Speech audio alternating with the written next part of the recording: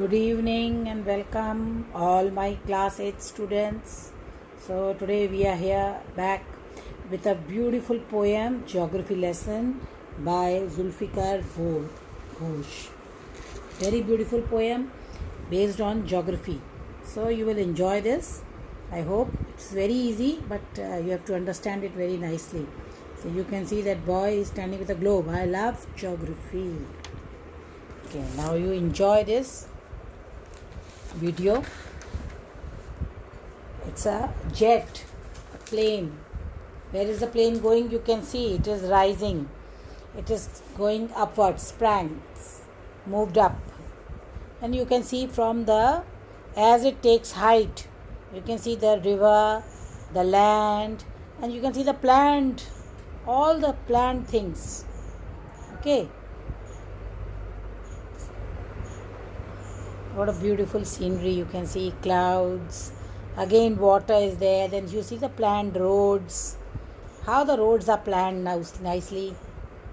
There's a bridge, okay,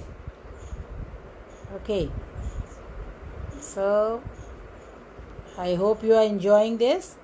See the beautiful green, this is water, and you see the land, very beautiful.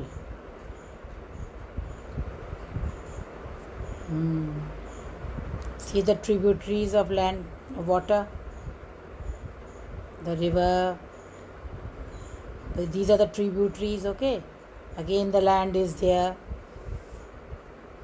Our earth is so beautiful. If you see from up, you will find it very beautiful. So nice.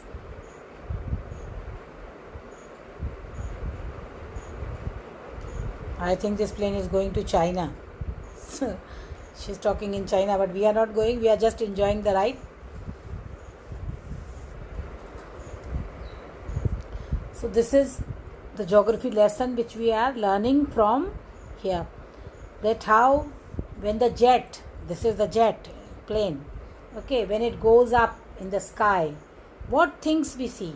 When it goes into the sky, then the things are different. When it goes 10,000 feet, then the things are different. And when it goes 6 miles high, the things are different. So from different. See now, the water which was very close, now it seems to be far off. And you can see this beautiful. Okay. See? So as we are going up in the sky, in the 10,000 feet, then in the... Okay, so now let's start our poem. The poet, in this poet, Zulfikar Ghosh, the poet is unhappy about the division of people and their hate for each other. Now, what is this is actually the message of the poem, the summary, the message. You should note down this about the division of people. Division of people means fight among people and their hate for each other. He couldn't understand why they divide the land on earth, though it is one. So you saw the land, it was all one. But why people have divided the land? The poet gives us the message of living with each other peacefully. We should have fraternity and brotherhood. भाईचारे के संग हमको रहना चाहिए. So this is the message of the poem. Okay, now these are the word meanings, very important word meanings, which we will come across when we will study the logic of geography. The logic of geography is that land and water attracted man. That wherever there is land and water together, that place has always attracted. उन जगहों ने हमेशा आदमी को आकर्षित किया है जहाँ पानी भी है और लैंड भी है, क्योंकि हम लोग को जीने के लिए पानी बहुत ज़रूरी है. तो द कंट्री इज़ पॉपुलेटेड, वहाँ पर ज़्यादा जनसंख्या होती है. डेलिनिएट माने क्या होता है? टू डिस्क्राइब और draw something in great detail. किसी चीज़ को अच्छे से डिस्क्राइब करना है ना, बाउंड्री बनाना. जैसे हम लोग अपनी कंट्री का मैप देखते हैं तो हम देखते हैं कि पूरी बाउंड्री का नक्शा बना हुआ है, तो उसको बोलते हैं डेलिनिएट. इनएविटेबल, जिसको अवॉइड नहीं किया जा सकता है ना, जिसको रोका नहीं जा सकता. और हैपहैज़र्ड क्या होता है? जिसको कोई पर्टिकुलर ऑर्डर या प्लान नहीं. ये पिक्चर आप देख सकते हैं, इसमें अलमारी जो है पूरी हैपहैज़र्ड है, नथिंग इज़ प्लान्ड. ओके, तो ये 3-4 वर्ड मीनिंग्स बहुत इंपॉर्टेंट है, इसलिए मैंने इसको अलग से मेंशन किया है. Now will start with the poem. अब आता है इस पोएम में एक ज्योग्राफी का जो बहुत इंपॉर्टेंट टर्म है वो होता है स्केल.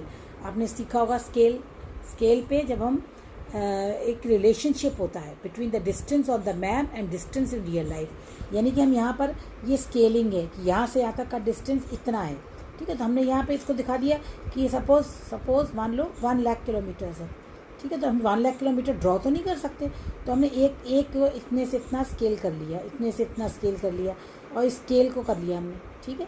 तो इसको हमने 10 में डिवाइड कर लिया, तो 1 स्केल इज इक्वल टू 1000। इस तरह करते करते 10,000 हो जाएगा ये, ठीक। तो ये ड्राइंग है जो मैप पे बनाई जाती है, इसको बोलते हैं स्केल, ठीक। और ये है जेट, इसको बोलते हैं जेट, जिसके बारे में ये पूरी पोएम है कि जब ये जेट ऊपर जाता है तो क्या क्या चीज़ें होती हैं। तो डिफरेंट हाइट्स पे बताया गया है जेट को, ठीक है। तो पहले जो स्टैंजा आएगा उसको हम पढ़ते हैं। Okay, when the jet sprang into the sky. Sprang माने क्या होता है? Moved up. स्प्रैंग माने क्या होता है? Moved up. जब जेट यानी प्लेन ऊपर स्काई में जाता है, किस हाइट पे जाता है? स्काई में। It was clear why the city had developed the way it had. तो ये क्लियर हो जाती है, ये बात बिल्कुल स्पष्ट हो जाता है हमको। Why the city had developed the way it had, क्यों सिटीज़ को डेवलप किया गया जिस तरीके से वो हैं। Seeing it scale 6 inches to the mile, यानी 6 इंच 1 माइल के बराबर, ठीक। ये स्केलिंग है, मैंने आपको बताया था ना कि scaling 6 inch to the mile, यानी एक माइल 6 इंच दिखा रहा है, ठीक। दे सीम्ड एन इनएविटेबिलिटी माने जिसको टाला नहीं जा सकते। About on ground had looked haphazard unplanned and without style. अब वो क्या कह रहा है कि एक जिस चीज़ को हम टाल नहीं सकते कि वो ग्राउंड पे जो वो टाउन है बहुत हैपहैज़र्ड लगते हैं। हैपहैज़र्ड मैंने बताया था विदाउट एनी ऑर्डर, अनप्लैन्ड और विदाउट स्टाइल। यानी जब हम स्काई में जाते हैं, जब हम आसमान में जाते हैं तो क्या होता है, वहाँ से जब हम नीचे देखते हैं जेट प्लेन में बैठ के, जब आसमान से हम नीचे देखते हैं तो हम देखते हैं कि हमारी सिटीज़ जो हैं वो बहुत प्रॉपरली बनी हैं, बहुत प्लैंड हैं। कैसे बनी है? बहुत प्रॉपरली बनी है, बहुत प्लैंड है, ठीक है। और वो बिल्कुल भी हैपहैज़र्ड नहीं दिखती, प्लैंड दिखती हैं और स्टाइल के संग दिखती हैं। लेकिन जब हम नीचे से उनको देखते हैं, जब हम ज़मीन पे खड़े होकर ज़मीन के चारों तरफ अपने देखते हैं तो हमको अपनी सिटी कैसे दिखती है? बहुत ही हैपहैज़र्ड दिखती है, अनप्लैन्ड दिखती है और विदाउट स्टाइल दिखती है, ठीक। तो ये कह रहा है कि जब हम आसमान में जाते हैं तो हमको सिटी अपनी बहुत प्लैंड दिखाई देती है। क्लियर? तो ये इसका ये मतलब है। इसके सारे वर्ड मीनिंग्स आपको समझ में आ गए होंगे अच्छे से। अब देखो इसका यहाँ पे एक का जिस्ट है, the city from the sky. जब सिटी को आप स्काई से देखते हैं। The first tense of the poem, the poet describe his city, वो अपनी सिटी को डिस्क्राइब कर रहा है। He tells us how it appears from the window of an aeroplane, कि वो एक खिड़की से कैसे दिखाई देती है एरोप्लेन की। इट इज़ क्लियर, तो क्लियर हो जाता है उसको बिल्कुल क्लियर हो जाता है that the city develop just as it was necessary for the people, यानी सिटी को वैसे ही डेवलप किया गया जैसा कि लोगों के लिए ज़रूरत थी। So what look haphazard on ground look inevitable from the sky. तो जब हम ग्राउंड से खड़े क्यों देखते हैं तो वो हैपहैज़र्ड दिखती है, लुक इनएविटेबल। पर जब हम आसमान से देखते हैं तो वो बिल्कुल हम इस चीज़ को टाल नहीं सकते कि सिटीज़ को बहुत प्लान करके बनाया गया है। क्लियर? तो ये फर्स्ट स्टैंजा है। अब आप देखिए, जब हम ऊपर से देख रहे हैं, जब हम ये आसमान से देख रहे हैं, स्काई से जब वो पोएट देख रहा है नीचे, तो उसको देखो, आप देखो कितनी प्लैंड दिख रही है सिटीज़, ठीक है, कितनी प्लैंड है। All are planned, lines, plots are, lighting, air, water, everything is planned. पर लेकिन जब आप यहाँ खड़े होकर देखेंगे तो आपको ये दिखाई देगा, ये दिखाई देगा, ये दिखाई देगा, मैक्सिमम ये चीज़ें दिखाई देंगी। तो आपको ये सब अनप्लैंड दिखाई देगा, है ना, हैपहैज़र्ड दिखाई देगा। So when you now I think the first stanza is very much clear to you. Now we will go on to second. When the jet reached 10,000, अब जब जेट 10,000 फीट ऊपर गया, अभी तक कहाँ गया था? स्काई पे। अब स्काई से भी ऊपर जब जेट जाता है 10,000 फीट पे, it was clear why the country had cities where the river ran. अब ये क्लियर हो गया कि कंट्री में, वहीं पर कंट्री में शहर कहाँ है? सिटीज़ वहीं पर हैं जहाँ पर क्या है? Water, naturally. अब आपको पता है आदिवासी, जो आप अपने अर्ली मैन की कहानी पढ़ते हैं, then you read that early man they made their colonies only there where there was water. So water is important for our living, everything is related to water. बिना पानी के हम जी नहीं सकते। इसीलिए हमने जो शुरू में गांव, शहर, बस्तियां बनी, वो कहाँ पे बनी? जहाँ पर नदियाँ थीं। तो आप देखिए ज़्यादातर शहर नदियों के किनारे ही बसे हैं। So and why the valleys were populated, इसीलिए वो घाटियों में इतनी जनसंख्या क्यों है? Why they are populated? The logic of geography, यही लॉजिक ऑफ जोग्राफी है। What is logic of geography? That the cities are situated there where the rivers are. Okay, the valleys are populated where there are rivers near the land. Okay, this is the logic. ये logic geography का logic है। तो ये आपको question में भी आता है कि लॉजिक ऑफ जोग्राफी क्या है, तो आप बताएंगे कि जहाँ पर सिटीज़ वहीं पर बनी है जहाँ पर रिवर्स थी। तो ये लॉजिक ऑफ जोग्राफी है। ये जोग्राफी से रिलेटेड सेंटेंस भी हैं। That land and water attracted man, land और वाटर ने आदमी को हमेशा अट्रैक्ट किया। वॉज क्लियरली डेलिनिएटेड, डेलिनिएटेड माने इसको आप ड्रॉ कर सकते हैं, आप देख सकते हैं। व्हेन द जैन रीच 10,000, जब आप 10,000 फीट से ऊपर से जाके प्लेन से नीचे झाँकेंगे तो आपको क्लियर हो जाएगा कि शहर वहीं पे बसे हैं जहाँ पे नदियाँ हैं, क्योंकि इंसान को हमेशा इन चीज़ों ने अट्रैक्ट किया है। ओके, इसका ये रहेगा।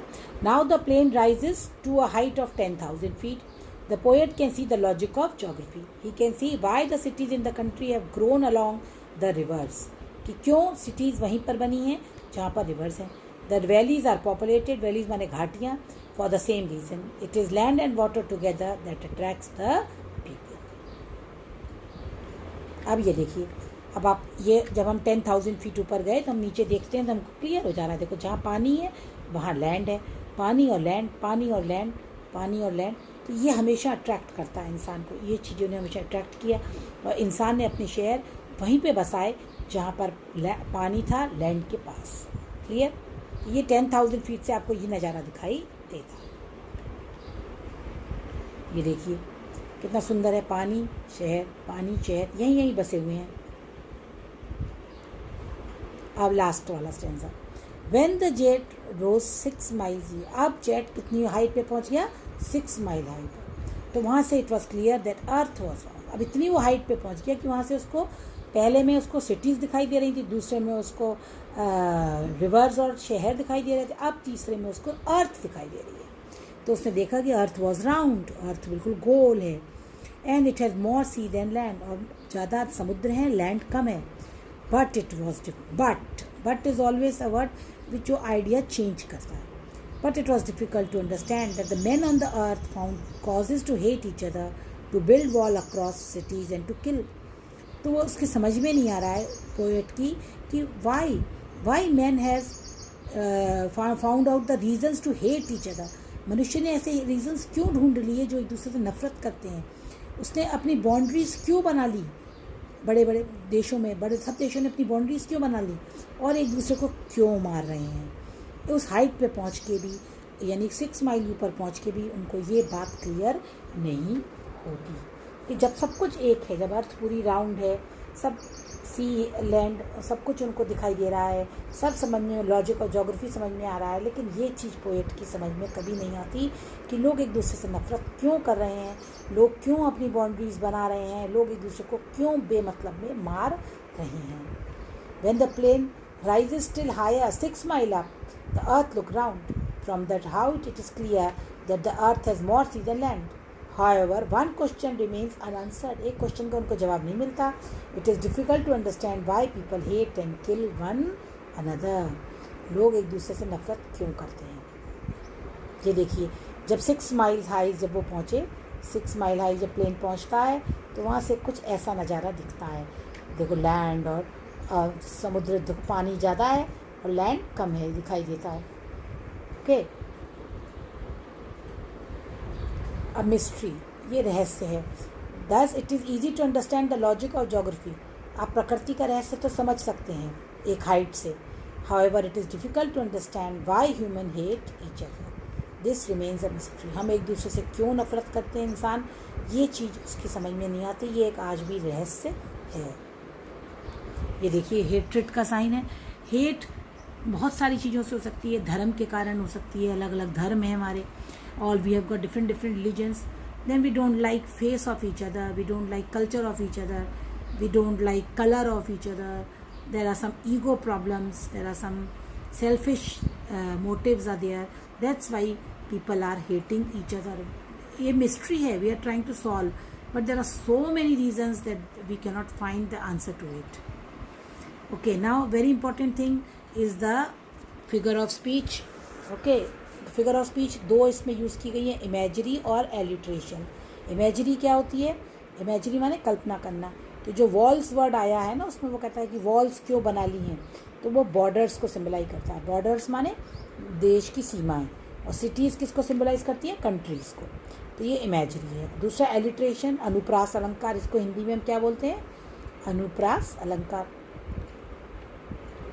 और alliteration is the repetition of consonant sound. तो जब एक ही अक्षर बार बार आता है तो उसको बोलते हैं एलिट्रेशन. यानी कि देखो, sprang into the sky, S S, it's scale 6 inches, S S है ना. वाई द वैलीज, ठीक है, वाई द वैलीज.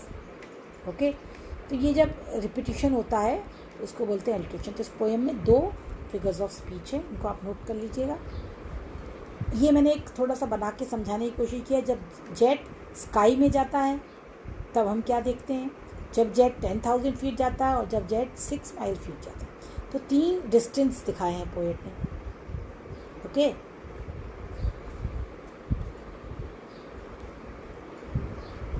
तो जब 3 डिस्टेंस हैं हमारे, इसको क्लियर हम कर लेंगे. फिर इसके बाद हमारा 3 डिस्टेंस के बाद हमारा क्या हो रहा है? लास्ट में हमने ये देखिए, इसको एक बार हम दोबारा समझेंगे कि जब हम वहाँ पे देखते हैं तो हम जब स्काई से देखते हैं तो हमको लैंड कैसा दिखाई देता है? प्लैन्ड. हमको लैंड पूरा प्लान दिखाई देता है. जब हम 10,000 फीट से देखते हैं तब हमको कैसा दिखाई? लॉजिक ऑफ ज्योग्राफी दिखाई देता है. और जब हम 6 माइल से देखते हैं तब हमको अर्थ जो है वो राउंड दिखाई देती है. तो ये 3 डिफरेंट चीज़ों से हमको 3 अलग अलग चीज़ें दिखाई देती हैं. तो ये सब पोएट की समझ में आता है. This is all clear, all mystery solve, but one mystery is not solve, that is why people hate each other. सबसे इम्पॉर्टेंट बात यही है कि but he fails to understand why man on this beautiful earth hated and killed one another. Why this is happening? So this question is unanswered till now. Okay, so I hope all the answers are clear to you, and you please tomorrow we will do the question answers of it, and please press the like button and subscribe the channel. Many students have not subscribed, so they ask me for the new medium, madam, when is the new video coming? So you please subscribe so you will get all the latest notifications. And with this, thank you. Have a nice day. Bye.